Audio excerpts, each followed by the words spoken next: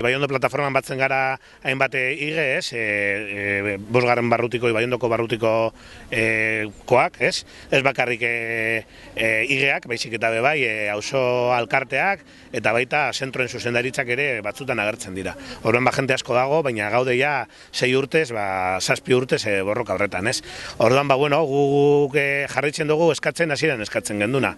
Planifikazio bat, eskola maparen planifikazio dezente bat, eta gero bai, eskola segregazioarekin bukatzen joatea, ez? Hau da, gure auzoetan ez dago plaza eskaintza nahikoa publikoan, eta bestaldetik gero lehenengo mailako eta bigarren mailako eskola daude. Txiroen eskola daude eta beratzen eskola daude.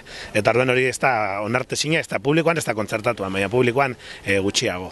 Orduan eskatzen duguna zehatz-mehatz da, prentzaurreko hau egin dugu gehien bat aldarrikatzeko gobernuak azkenengo 5 urteetan konprometitutak zauzkan obrak, handitzeko obrak edo eraikin berriak publikoa aurrera egiteko eta dagoen ofertari asetzeko, eskatzen dioguna betetzeko, bitartean, azkenengo 5 urte hauetan gertatu dana zer izen da. Beste sare batzuk, publikoak ez diren beste sare batzuk, hasi direla, eta zenbakiak hori izaten dute, ia 160 kontzertatuan dago, eta bakarrik 140 publikoan.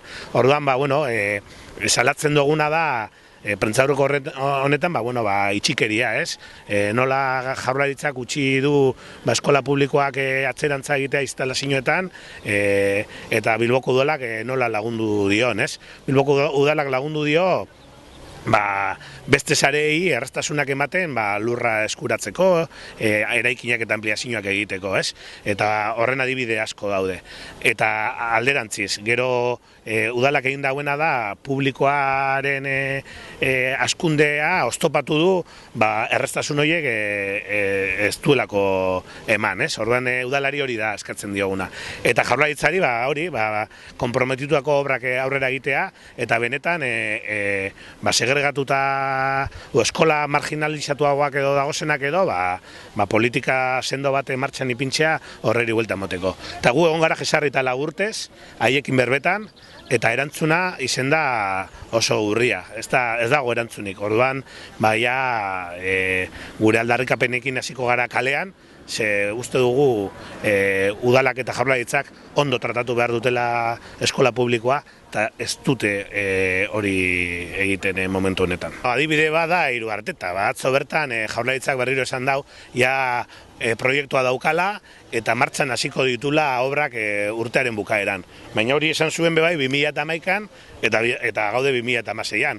Orduan ja gu ez dugu sinesten Jaurlaritzak esaten dauena edo udalak esaten dauena. Ze karo, honek dira, hau da, adibide argia, Iruartetakoek manifestatu ziren delegaritzan eta delegatua ertetzen da esanez ja proiektua dagoela. Gu proiektuak ikusi ditugu 2015an, 2014an, 2013an. Orduan, arazoa da hori, arazoa da intentzio bat dagoela Iruartetako obrak atzeratzerakoan. Eta horrela salatu dugu. Eta salatu dugu, zeren eta bebai esate baterako Urretxindorran hori ez da gertatu.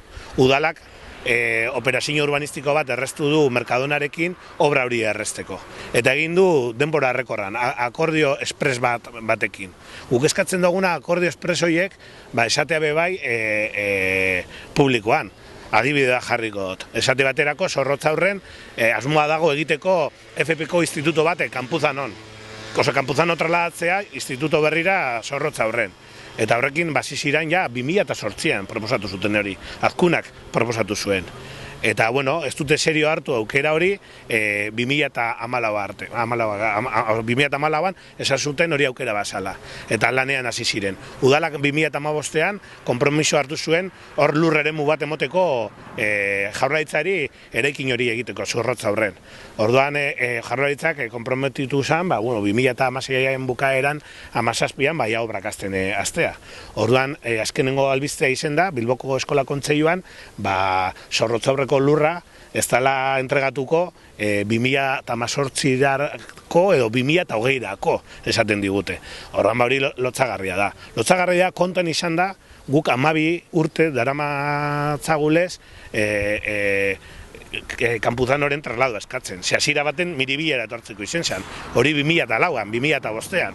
Orduan, bueno, zelan sinestuko daten kontua. Ez dugu sinesten, ze nire ustetan, eta da nire uste partikularra, ez dagoelako benetako konpromisoa eskola publikoarekin.